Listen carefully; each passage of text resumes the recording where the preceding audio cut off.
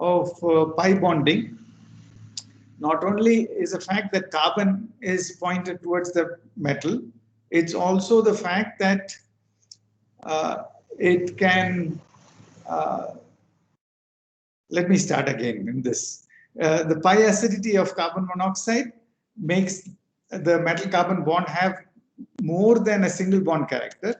So it's got more than a single bond character. And it can support negative oxidation states. And lastly, in just the previous class, we said that pi acidity in fact results in the same d orbital being shared by two ligands trans to each other. If it's a square planar or an octahedral complex, you have very significant effects from the trans ligand. So that was the fact that we talked about.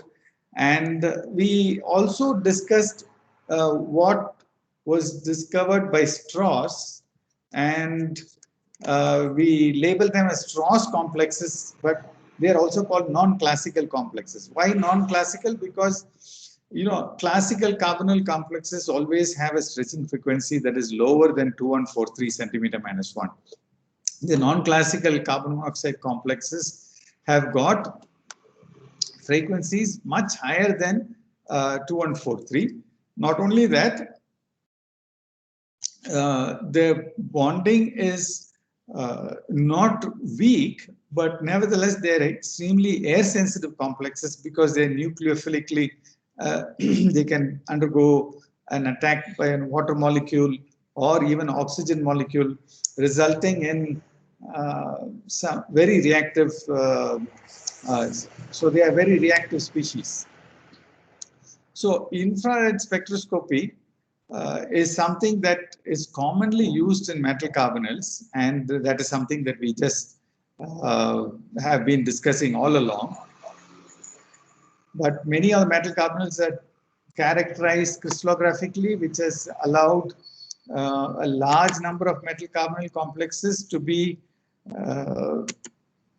analyzed. And we talked about the non-classical carbon monoxides in the very last class. We said that is that bond, the 5 sigma orbital or the 3 sigma orbital, this is 3 sigma on carbon monoxide. We have been talking about it as if it is 3 sigma. We'll continue to use 3 sigma. Is this 3 sigma orbital slightly antibonding? Now, what I want to show you is that you should not always discuss things as if published matter is 100% correct. The reason why I'm saying it is because carbon monoxide molecular orbital, for example, if you look at the 3 sigma orbital, which is this one that is right here, you find that there is a buildup of electron density between the carbon and the oxygen. So there is a possibility that it is in fact slightly bonding. But the correlation coefficient that was achieved by Fenske and Hall suggested that it was anti-bonding. So I want to look at this factor. What Fenske and Hall used was a set of 24 complexes. The 24 complexes all had octahedral geometry. All of them were D6 elements, chromium systems, and they looked at the correlation of the force constant. Experimentally, they got nu CO, but then they converted it into a force constant. And the force constant, they said, is directly proportional to the sigma and the pi occupancies. They took the sigma occupancy of the carbon monoxide. After interacting with the metal, whatever is left in the carbon monoxide. Okay, and then the pi occupancy on the carbon monoxide. So they were looking at the occupancies on carbon monoxide, sigma and pi. And then those were calculated from computational methods. And then they tried to correlate the two, and they got this particular equation. Now, this equation had a very good correlation coefficient. Now, that is very often used by all the researchers, that if you get a very good correlation coefficient, there must be a proper relationship between these two factors. Now, 1993 came. This was in 70s, 1972. 20 years later, Franking and, of course, they looked at all the Strauss complexes, and that silver, for example, had a very strong electrostatic component. They they were looking at the bonding in silver, gold, and copper metal carbonyls, and they said that silver carbonyl has a very strong electrostatic component. And this is something which others also looked at. If it is electrostatic component that is playing a role, then the sigma occupancy that we are talking about in carbon monoxide may not be significant. So one thing that Goldman and Jespersen looked at was BH3CO. The first thing they looked at was BH3CO. They found that this cannot have a sigma, this cannot have a pi component. BH3 cannot back donate electron density into the carbon monoxide. So this BH3CO complex, you expect only the sigma bonding. If the sigma bonding is the only thing that is important, then the carbon monoxide stretching frequency should be very high, because the bond is completely formed by electron donation from carbon monoxide to BH3. So you expect a very high stretching frequency, but the actual stretching frequency that you observe is 2167 centimeter minus 1. Now, this is not high in line with the expectations. That resulted in them looking at them looking at a variety of metal carbonyl complexes, and what they found out was that it was mostly a charge component that was playing a role. So there was a hint that it's already a charge-based effect from what Franking did, but Goldman and Jespersen's article is extremely detailed, and they did an extremely nice logical analysis. I want to just put that in perspective, because this is the way one should really do scientific analysis. Just because something is published, you do not go back and say that that's correct. You should take a critical look at it. And in fact, I'm going to criticize Goldman and Jespersen's article also, but the way they have done it at this point in time, 1997 or so, was really superb. And what they showed was, let's take a look at the Fenske and Hall equation. The Fenske and Hall equation was relating KCO and the carbon monoxide occupancies. So what they changed it to was, they changed it to rearrange the equation. This is just a rearranged equation to show the sigma donation electron density and the pi acceptance electron density. So only the changed the delta in pi star and the delta in sigma. Okay, let's consider this. This is just going to be 2 minus the value that Fenske and Hall used. So they just rearrange the equation. Now, if you rearrange the equation, what you find is that the value you expect at the intercept for this equation should be the same value for free carbon monoxide. Why? Because if sigma donation is 0, if this is 0 for free carbon monoxide, this is also 0 for free carbon monoxide. So what you expect should be the stretching frequency constant that you expect for free carbon monoxide. Free carbon monoxide had a value of 18.56.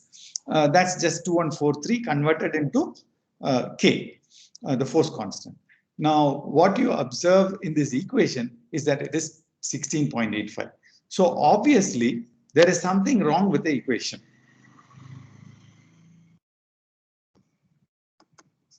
The correlation coefficient is good, but it is not giving us intuitive results, which means that if you back calculate the frequency, which you know very well, it should come out to the right value if you use that equation. That's not happening. Second problem, same equation. Now let's take a look at CO plus. That means carbon monoxide minus 1 electron. The 1 electron should have gone out of the lone pair on the carbon. So you lose 1 electron from carbon and form CO plus. Now let's take a look at the stretching frequency of CO plus. We know that then sigma, the value of sigma should be 1. Why? 1 electron has been lost. KCO can now be calculated. Pi star is also 0 because we are not pushing any electron density into the LUMO. So what you expect is the value should be 26.31. Now, if you put 1, sigma equals 1, what you obtain is 19.26. Okay. So the observed value, sorry, if you put sigma equals 1, you get 26.31. The actual value is 19.26. So it is very clear that if I have donation equals 0, equation doesn't work. Donation equals delta equals 1, equation doesn't work. So there is a very clear problem with this, the way in which this equation is set up. It has a good correlation, but it doesn't really satisfy all the terms. Now in BH3CO, there is no pi occupancy again. Okay. The K that you calculate is, the K that you observe is only 0.1 millidine per angstrom greater. So this value is actually only 0.1 millidine greater than free carbon monoxide in BH3CO. So alpha must be small, but in fact alpha, this coefficient is what I'm calling as alpha. That coefficient must be small, but this is in fact 9.50. So it doesn't work for BH3CO, a compound which is having no pi occupancy. It doesn't work for CO plus. It doesn't work for neutral CO. So they said that this equation is definitely not a right equation. And the last one that they discussed was an assumption that in complexes where you have MCO5, where you have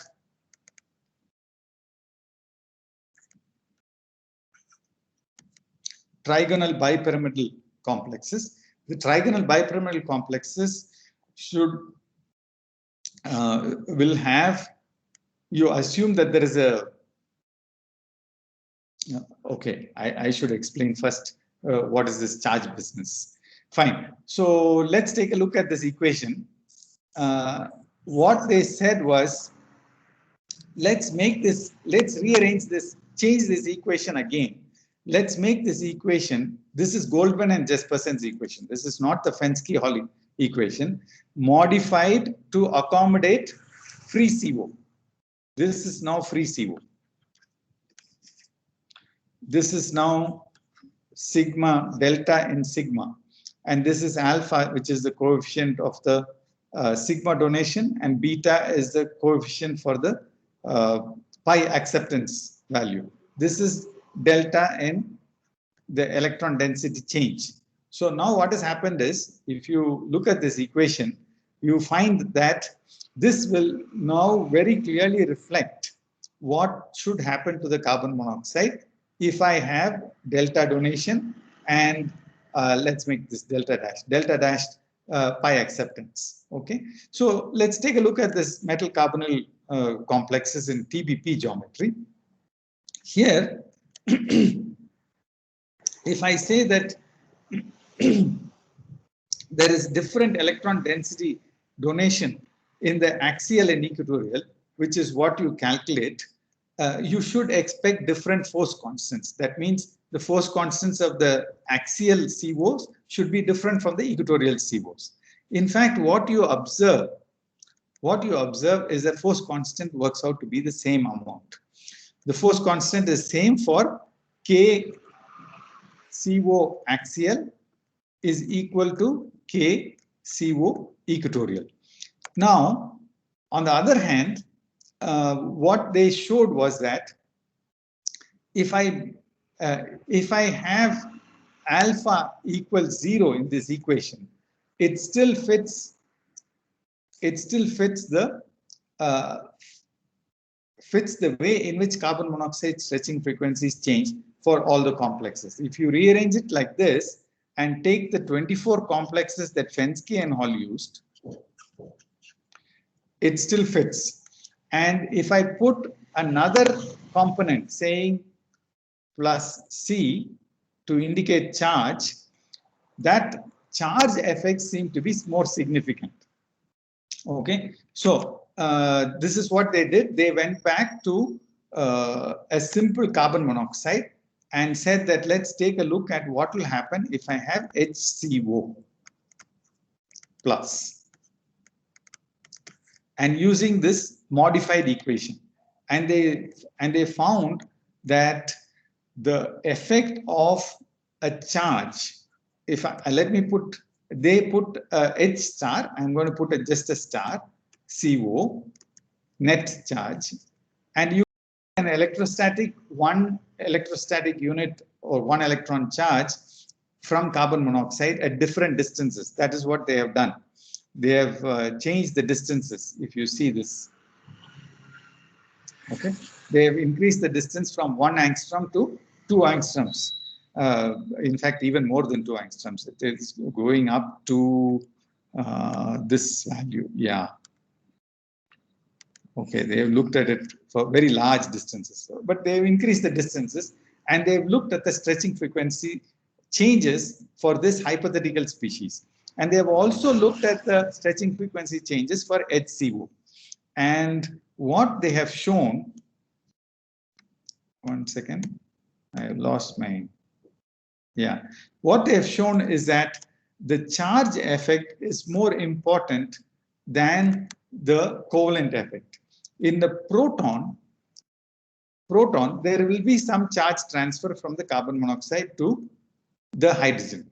When you have only a charge sitting next to the carbon monoxide, no electron density will be transferred. Electron density cannot be transferred to the charge. So what is happening is the carbon monoxide stretching frequency is changing when you put a charge. When you put an H plus also, it is changing.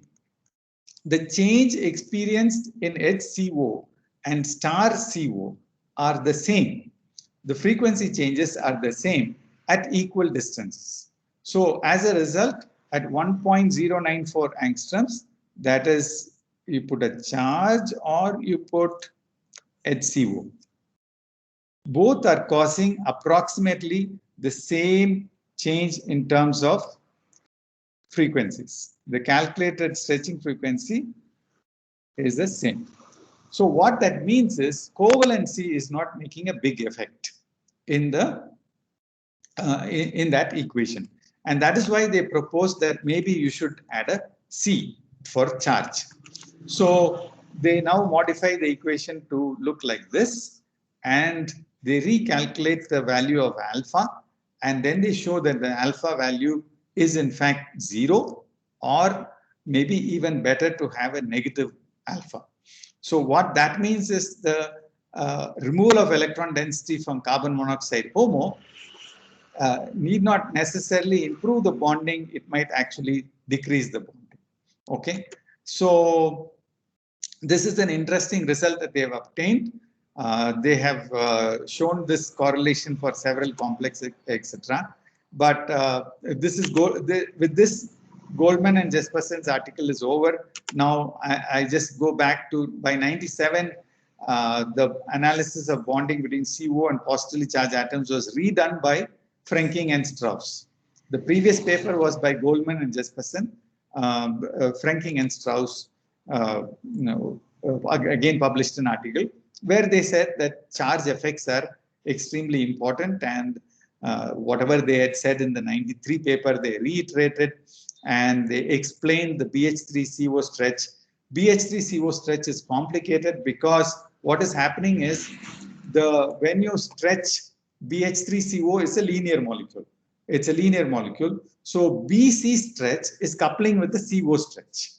So you cannot separate out. In experimentally, what you observe is a combination of two different stretches, BC stretch coupled with CO stretch. Similarly, in HCO also, the stretch is higher than 2143 centimeter minus 1, but then HC stretch is coupled with the CO stretch.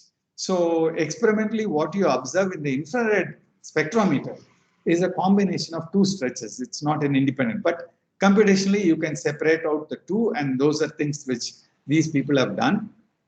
And they showed that the CO is really, sigma is not antibonding, and it is actually a sigma slightly, in fact, bonding character is there.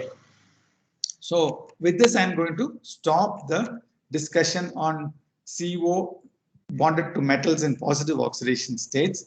But I should tell you that there is a lot of interesting work that keeps going on in metal carbonyl complexes. It keeps coming back. One paper that recently that was published was barium 2 plus coordinated to 12 carbon monoxides. And they said barium is a pseudo transition metal.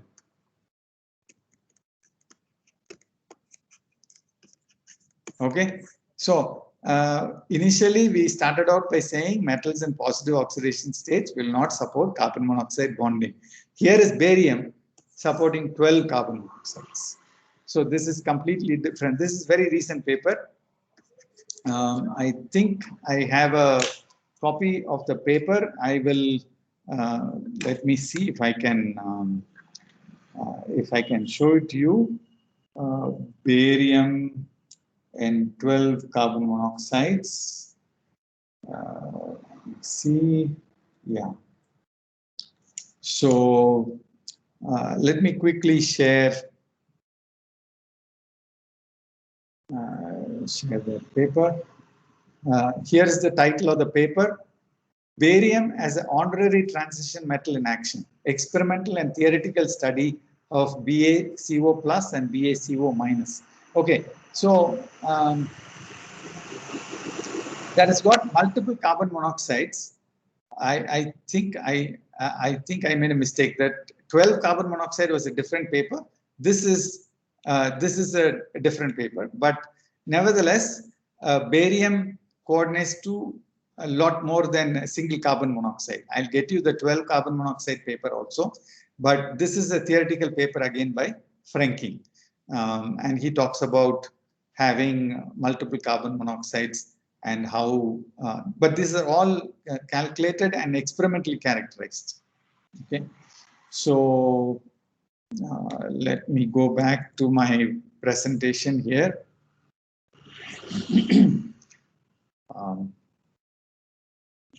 To unshare and share. So let me move now to alternatives. I'm going to go to a different talk today. I would like to have, let me see if I can slideshow. Okay.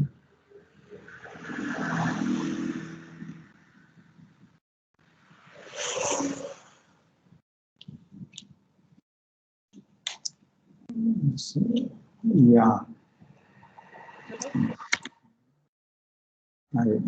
Yes. Yeah.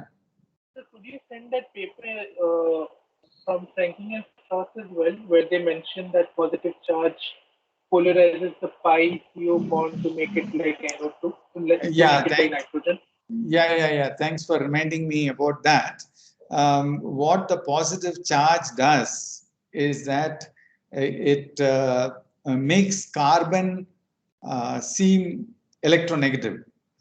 So in other words, when you remove an electron from carbon, the carbon becomes positively charged, and that extra charge, basically when you go from carbon to nitrogen, you have one extra proton in the nucleus. So when you remove one electron from carbon, what is happening is it is becoming more electronegative, capable of pulling electrons towards itself, and so it is behaving as if it is a nitrogen.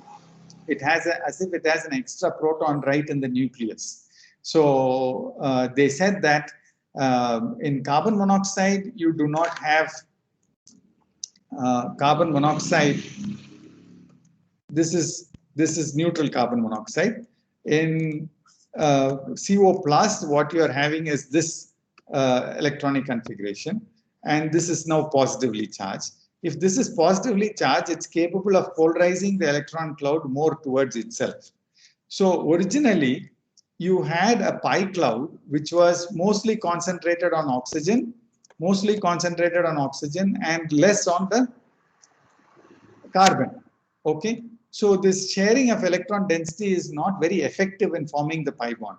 When I put a positive charge, this pi cloud becomes more equally shared between carbon and oxygen, and the effect of sharing electrons is much better in CO plus. So if the sharing is better, then the carbon monoxide bonding, CO bonding, becomes better. So if CO bonding is better, then K, the force constant, will go up. So that was the argument that they used. Thanks for reminding me about that. So that means the bond becomes more non-polar, right? Instead of being more polar.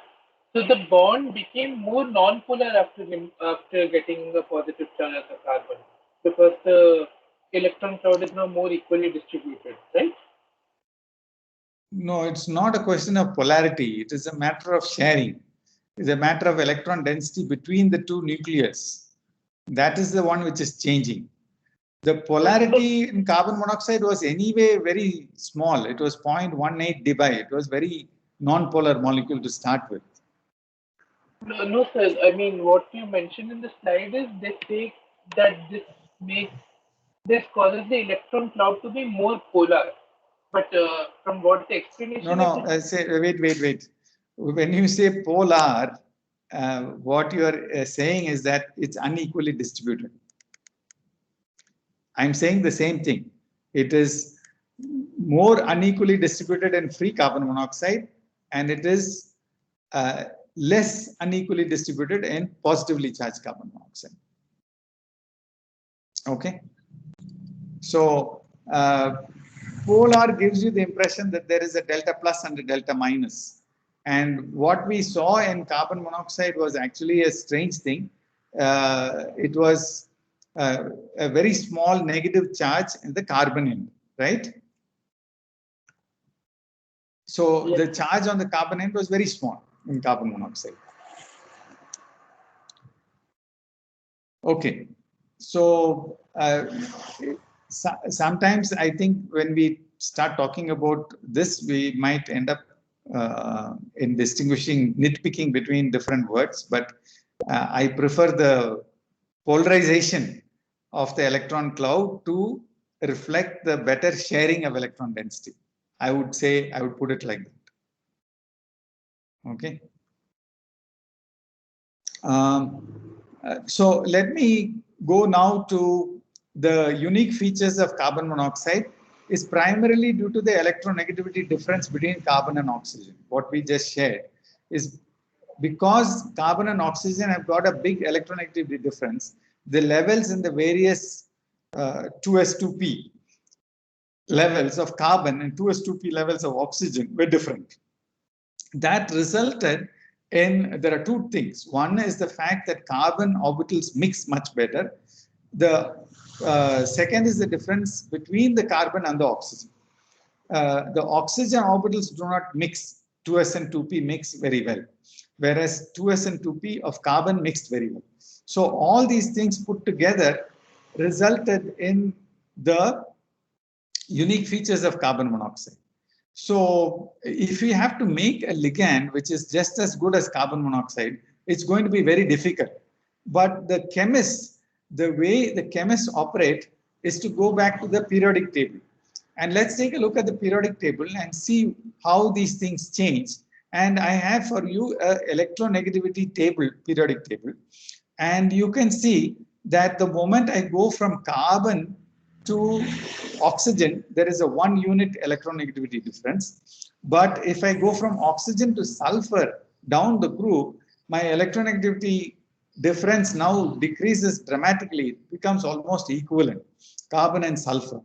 So the 3s and 3p orbitals of sulfur have to now interact with the 2s and the 2p orbitals of carbon. And the difference between these two orbitals is not going to be significantly large. So if I make a ligand, CS, I'm not going to have this electronegativity difference. If I go further down, it doesn't get very bad. It is actually 2.4 and 2.1. And polonium is estimated to be 2.0. So CS should be a ligand which is capable of bonding to a metal, may not be as good as carbon monoxide. But let's see how it works. Okay, so this is the okay. Let me skip this part. What I wanted to say in this slide was the fact that if I go from carbon to silicon, then the silicon electronegativity difference will also go down. So maybe the silicon oxygen electronegativity difference will be comparable. But you know that as you go down the group, there is one more problem. Pi bonding becomes weaker and weaker. The extent to which pi interactions are significant in chemistry become less. So there are other complications that set in. If you go down the group, then the s orbital is so contracted towards the nucleus that you start seeing the inert pair effect. So in reality, it is only CS, CSE, and CTE that are good ligands. When I say good, they are strong donors or better ligands than even carbon monoxide in one sense. But nevertheless, they're not useful. The reason they're not useful is because of the problem or difficulty of getting them in the laboratory. So let me look at the okay. I said that CS and CSE some way it is better, and the reason why it becomes better is because the energy level of the pi star orbital on CS, okay, that comes down. I told you that pi bonding is not very important. What way is it not important? Because the pi interaction between the sulfur and the carbon is not going to be significantly bonding or anti-bonding. And so there are two orbitals. So the pi star orbital is not very much higher in energy than the bonding orbitals, okay, from the orbitals from which they are formed and the bonding orbitals. So this gap is not very large. If the gap is not very large, what's going to happen is the pi star is lower in energy and the metal has to push in electron density from the pi of the T2G, that is these orbitals, into the pi star orbital of carbon monosulfide. And this becomes more efficient if the gap in the energy between the two orbitals that are interacting is less. So we have lost out in terms of electronegativity difference, but in terms of the electron accepting property of CS, it's not too bad. Let's take a look at some of the chemistry first, and then we will take a look at the the crystallographic bond distances and so on. So here is a rhodium 1 species. This is rhodium 1 and it's a D8 system. Cobalt cobalt, rhodium are all in the same group. And what you're going to have is a square planar geometry. Okay, that's a poorly drawn structure to start with, and by putting this plane, I'm not making it better, but you can see that it is a square planar structure. Now the square planar structure, if I treat it with CS2, I form this complex. This is the observed product.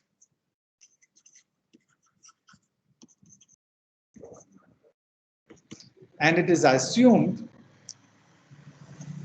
that this is the intermediate. I can just imagine loss of 1 ppH3.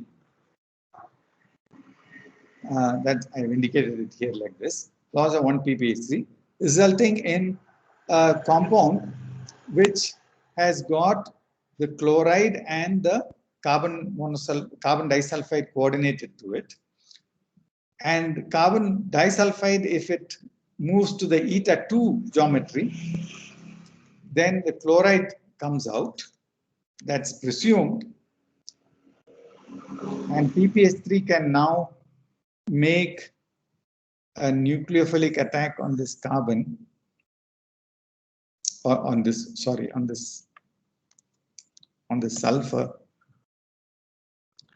resulting in actually I said carbon because it's not very, it could be, this center could be delta plus and this could be delta minus. So but the resulting product that you get is in fact ppH3S. Okay, resulting product is ppH3S. So that's what made me feel that it's probably attacking the sulfur, which is counterintuitive, but the final product is ppH3S with a carbon monosulfide coordinated to the rhodium. This is a linear geometry, and the CS is having exactly the same type of bonding interaction as carbon monoxide. Okay, so there are two other. Carbon disulfide is not a very nice molecule. There used to be a time, maybe 40 years ago, when carbon disulfide was used extensively in the laboratory, but nowadays it is avoided because of its hepatotoxicity. So there are two other sources of CS. If you want to make a CS complex, you can start with this molecule, which is actually thiophosgene. COCl2 is phosgene. So CSCl2 is thiophosphine. That's also very dangerous. If you remember, phosgene is a poisonous gas, extremely poisonous. And here's another substitute for thiophosgene, and that is also not very, it's very reactive. It reacts with water and will generate thiophosgene. Okay, thiophosgene. And this is the reason why CS complexes are not popular, because to make CS, you need to go through CS2, which is a poison, or you have to go through thiophosgene, which is very bad, or this other molecule, which is also equally bad. So synthesis of carbon monosulfide complexes follows the same pathway. You can, unfortunately, you can't take CS and react it with CrCO6. Why? Because CS by itself doesn't have stable existence. You need another camouflaged compound in order to generate the CS in situ. And that's what we have done when we have treated it with CS2. We have used a camouflaged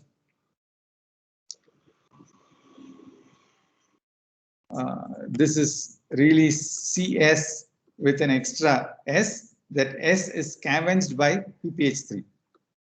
Now, PPH3 turns out to be a good scavenger for both oxygen and sulfur.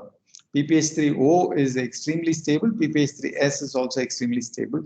So PPH3 is used as a scavenger for these two molecules. So that is why you could do the previous, the reaction that was there in the previous slide. Here, we have used, because we are generating this molecule, which is dye negative, that can replace the two chlorides on the carbon. So what you will end up with is 2 NaCl. Excuse me. 2 NaCl is what you end up with, and the CrCO5-CS complex. Let's take a look at another possibility. This is ethyl chlorothiaformate. Again, this molecule does a negative, a nucleophilic displacement reaction. CpFeCO2 minus is an 18 electron species. CpFeCO2 minus is an 18 electron species. And the ion is the electron rich center, and it is making a nucleophilic attack which results in the first displacement of chloride. And then if you treat that with HCl, this OET goes off as ETOH. Okay. So this is a reaction where you see that organometallic compounds can survive acids and sometimes even basic materials, contrary to what you think that all organometallic compounds are water sensitive. This is not aqueous HCl, but nevertheless, these molecules will survive atmospheric moisture and so on and so forth. So you get a CS complex, you get CS and 2 COs in this species. What you have generated is an intermediate which is an 18 electron species. This is an 18 electron species now. A positive charge is there on the species. So you should not forget that. So let's look at some of the structures. Here I have shown for you a CS complex in which there are carbon monoxides and carbon monosulfide. So the reason why I have chosen this species is because I can compare a CS distance with a CO distance, not the the carbon chromium distance with the carbon chromium distance in CS. So in carbon monoxide side, the carbon chromium distance is 1.836. In the CS side, it is 1.782. What that suggests is the chromium carbon double bond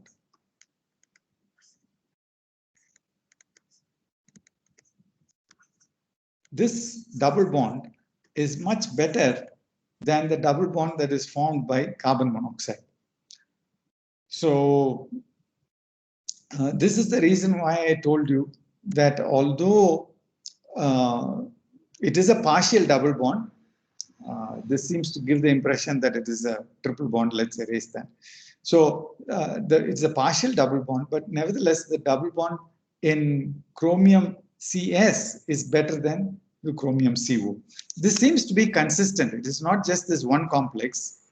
It seems to be consistent. And here is a case where you have iridium now, and you have a CS and a CO on the equatorial plane. This is a TPP geometry. It's again a system in which this must be, if you look at this complex, this must be having a positive charge.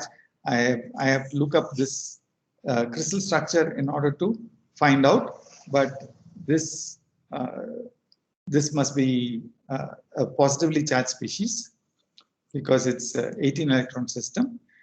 The difference between the CO and the CS, you'll notice that C iridium is shorter than C iridium in carbon monoxide. So very clear that CS has got better better metal carbon bond, better in CS compound. Okay. So what we have shown just in these few slides is that it is in fact CS is not a bad ligand at all, and it is amazing that the chemistry of carbon monoxide is also poisonous, but you can readily purchase it from a gas vendor. That makes a very big difference. CS, you have to make it from carbon disulfide or thiophosgene or the ethyl chlorothiophoramate. So these kind of things dissuade chemists from pursuing such chemistry. That's a take-home lesson that I would like to say. Yeah, somebody had a question? Since both carbon monoxide and thiophosphine are poisonous, I mean, we could use either, right? Why do chemists prefer carbon monoxide so much, even though it is also very poisonous? I'm not able to hear you very clearly. Your question is about CO and CS. That much I got.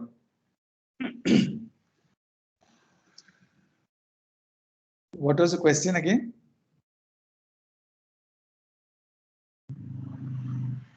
Okay, Shubham, what you do is you type it in the yeah. I said that ready availability of carbon monoxide is the answer, and also formation of CS complexes is not possible in homoleptic form. I should mention that there is a difference between because if you heat carbon monosulfide or carbon disulfide and metal, you rather form a sulfide than a CS complex. Whereas if you heat carbon monoxide and a pure metal, you form a metal carbonyl complex. So there is a distinct difference between carbon monosulfide reactions and carbon monoxide reactions. I should not underestimate that aspect, but in general, it is surprising that not much chemistry is there for CS. Okay, so okay, so we have covered this. CS can also bridge. Here is one example where it is found in a bridging position. Not very surprising because the sulfur is uni-negative.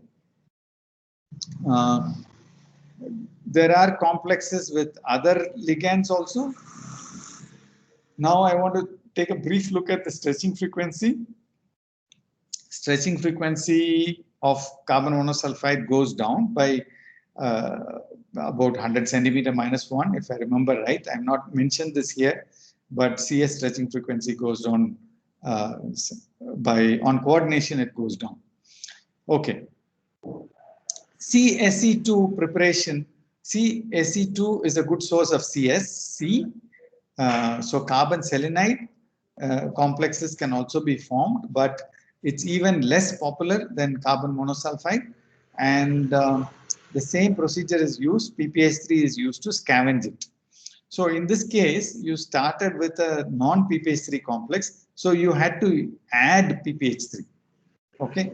One had to add PPH3 in this reaction in order to remove the selenium that is formed. So what else do I need to say? Yes, I think these complexes are also linear. Okay, they are linear. I think I have an example of compound. Here is CSE. This is the Se here, CSE. And the distance is, again, not surprisingly, the distance is shorter. Chromium carbon distance is shorter. Chromium carbon distance is shorter, this one here. And the angle is linear. So it is a compound which is very similar to carbon monoxide. It forms nice linear complexes. Okay, so let's move forward. If I move from carbon oxygen to carbon nitrogen, I have one less electron. If I replace oxygen with carbon, I can add an electron, add it, then it becomes Cn minus. So Cn minus is equivalent to CO. And if I protonate the negative charge with HNC, instead of HNC, we can make it RNC. Then it becomes an isocyanate. RNC is an isocyanate, which is also a good ligand. And I'll tell you what the problems are with RNC. But I should first mention Cn minus. Cn minus should be just as good as CO, but then it has a negative charge. The negative charge now will repel the back bonding extent between the metal and the Cn minus. So it's not going to, because you already have a negative charge, it's not going to support negative oxidation states and so on. So these are problems when you have carbon monoxide. You had a neutral ligand, so it could accept electron density from the metal and form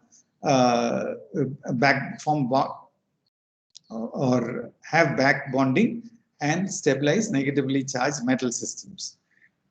Cn minus already has a negative charge. It's not going to be a good pi acceptor.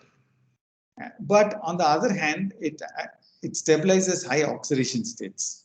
FeCN6 minus, for example, is Fe in +3 oxidation state. Fe in +3 oxidation state might form a carbon monoxide complex, but it won't be very stable. FeCN6 is rock stable. And same thing can be said for NiCN4 minus. What I have mentioned on the slide here is NiCN4 minus. This is a very rare example where nickel is in 0 oxidation state and it is still supporting 4 cyanide ligands. Okay.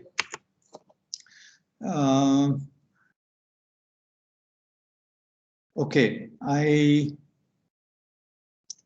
have given here an example of 4 cyanides and 2 carbon monoxides. Again, the reason is if I have the same metal coordinated to carbon monoxide and cyanide, I can compare the two. So let's go ahead and compare the bond distances.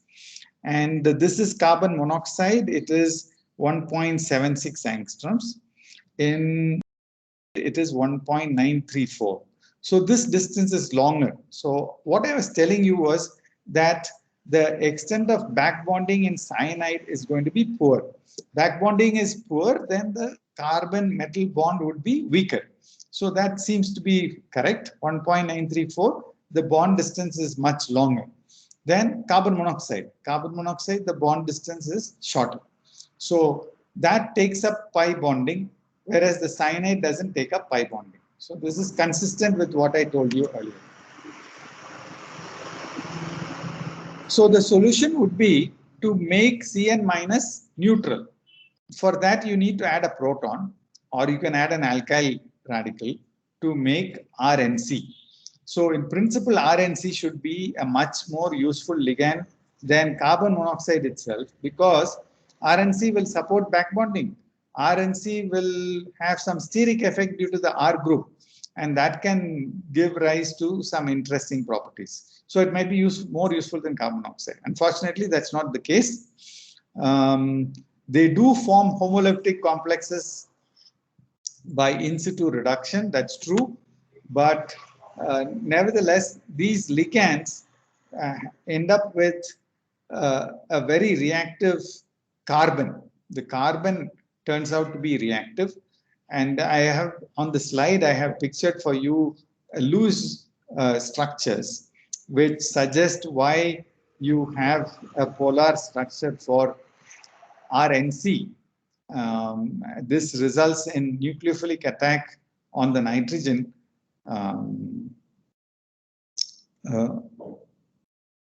The charge seems to indicate that you could have nucleophilic attack on nitrogen, but if you have this form where you have double bonds, then the carbon can also undergo nucleophilic attack.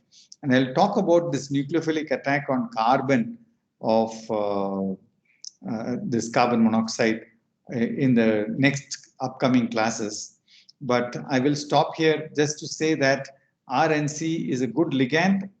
It's very good at back donation or accepting electron density into the pi star, but nevertheless they undergo nucleophilic attack at carbon, and as a result they end up being poor ligands compared to carbon monoxide in terms of utility. It's only utility in that case it is poor. Otherwise they are very good ligands, isocyanates. So the stretching frequency goes down in isocyanates, just like carbon monoxide. So there is back donation of electron density. And so I will stop here because the next section will take me more time. Any questions you have at this point? Otherwise, we will close. What we have seen is alternatives to carbon monoxide and how they are not useful, not because of poor bonding, but because of poor availability. And also isocyanides are very bad smelling molecules. They're extremely foul smelling. So that's another deterrent to isocyanide chemistry. Okay, any questions? I will post the references for the last class today. I forgot to post the references. I'm also not able to find a good explanation for the agostic and anagostic question. So hopefully if I get some spare time this week, I will try to look at the original papers and then post an answer. That question is still pending, agostic and anagostic. Chemical shifts. Any other questions? Sir, what in case of the carbon and sulfur, so the pi star orbital is more carbon in, like, is localized on the carbon end. No. But I said it's lower in energy. Because of electronegativity differences, it would be almost equally present both on carbon and sulfur, but sulfur orbital will be much larger because of its diffuse nature. Okay. So the pi bonding between carbon and sulfur itself is weak. Okay, so the destabilization is also less. If the destabilization is less, the pi star energy level is not very high. If the pi star energy level is not very high, then it is closer to the metal orbitals in energy. So donation to the CS pi star is better energetically. Sir, in here the field orbitals also should have the greater orbital coefficient on carbon, right? The field pi orbitals in case of CS. Say that again a little slowly. Said the field pi orbitals in case of CS. Yes. Will have a greater contribution from the carbon end, right? Yes. In contrast to that of CO. Yes. So there shouldn't there be a repulsion? Repulsion, yes. Metal. Yes. So that would prevent that would prevent the pi backbone. But surprisingly, surprisingly, that doesn't seem to play an important role because the carbon metal bond is much shorter, right? So it's a good point. It's not, it doesn't seem to play. So what we have to rationalize is we look at the distances and then go back and look at it. Otherwise, we have to do a computational study.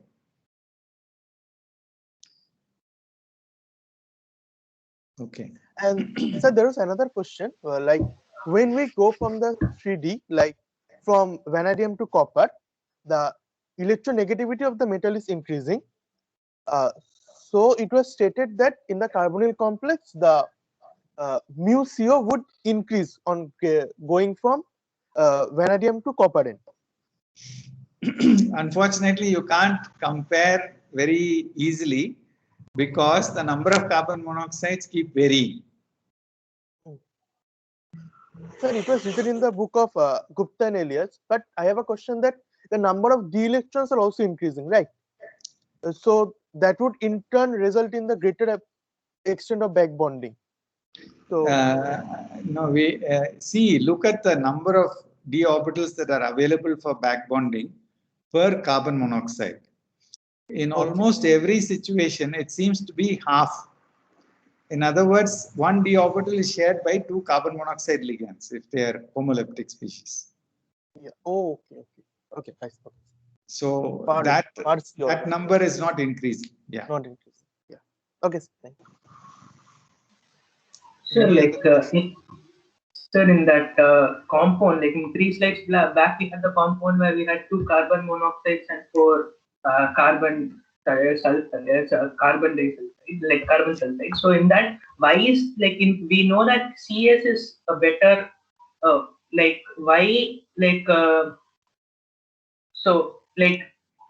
the this one. So is CS in the one where there were 2 carbon monoxides and 4 4CN, right? CN, 4CN. 4CN is this molecule. Yes, like the one after this. Yes, sir. In this case, we know that CN is a poorer pi acceptor than CO. So why don't we see CO and CN trans, because of that shared competition between CO? 2 COs, we should expect CN to be trans. Okay. One second. Before you proceed further, I should tell you that this is, I didn't get an example. Whenever you, if you have a cis and a trans complex, what I mentioned was the cis complex is going to be more stable than the trans complex when you have 2 carbonyls. Okay. Now, it doesn't mean that you can't make the trans complex.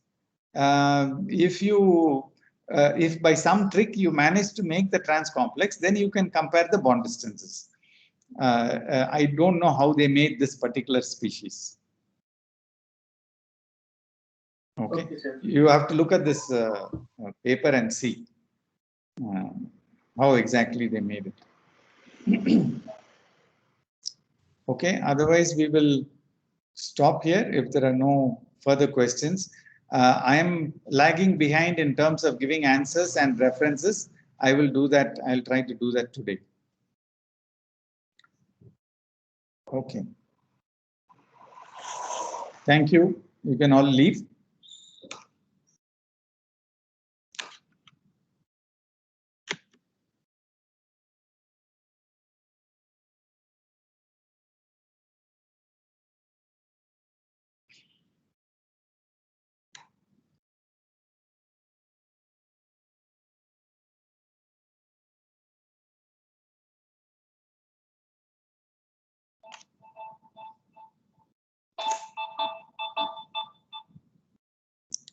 Hello.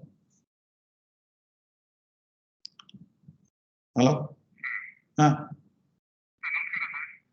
Who's speaking? Yes. No, I am in the class right now. No,